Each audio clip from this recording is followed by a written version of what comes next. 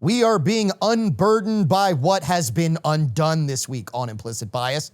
Yes, we're approaching the witching hour, and your implicit bias has never been more important. I'm your host, Kevon Bordelon, and this is a Halloween trick-or-treat pre-election 2024 episode of Implicit Bias. We are at our favorite remote TSPL locations. We're at Mr. Lester Steakhouse as we get ready for maybe the most historic American Tuesday in, well, ever. I mean, look, there's an awful lot at stake on Election Day in 2024.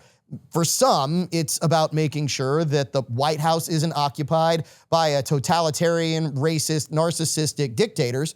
Others are trying to keep Donald Trump out of office.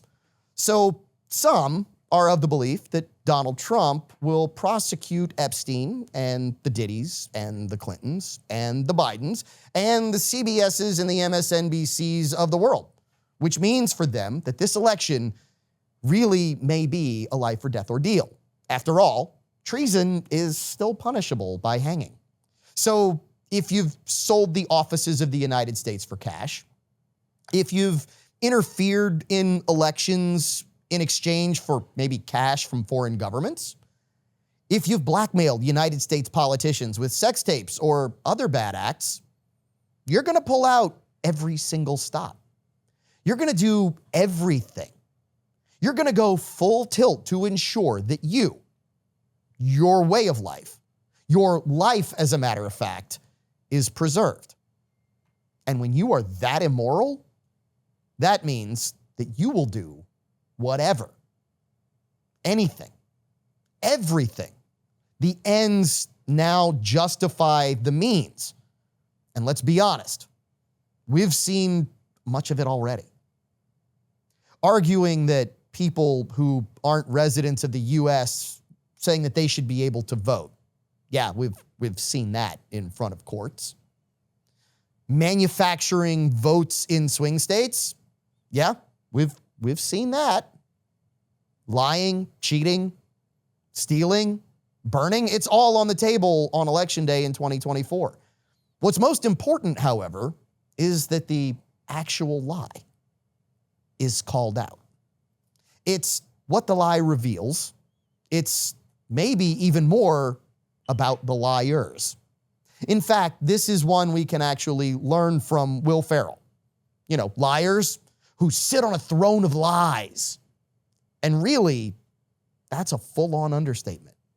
We know from the most ancient of ancient texts that the lie doesn't only tell us the full story. After all, we know what will be brought out into the light of day, after all. What the lie tells us most about, though, is the liar themselves.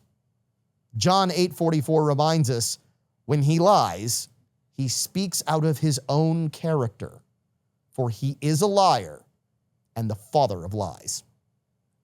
See, the people who are willing to lie to get their way in this election, they're willing to show you the depths of their own corruption, the moral bankruptcy in their souls. The liars who are getting ready to try and cheat in this election, they are evil. And this is what's such a big deal in this election.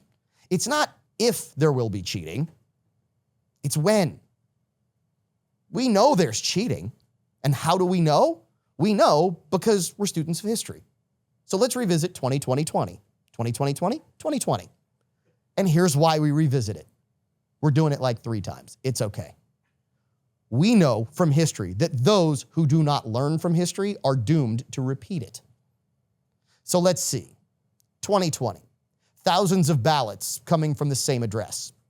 Check. Got that already. Confirmation of voting machines switching votes. Check. We got that one already. Now all we need is what? A water main break and the dropping of millions of votes at 3 a.m. in the morning when people aren't supposed to be counting anymore? Will it happen exactly like that? Well, maybe not.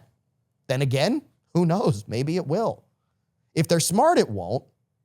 We'll see the same lies in different veins. It may be during the election. It may actually be after the election.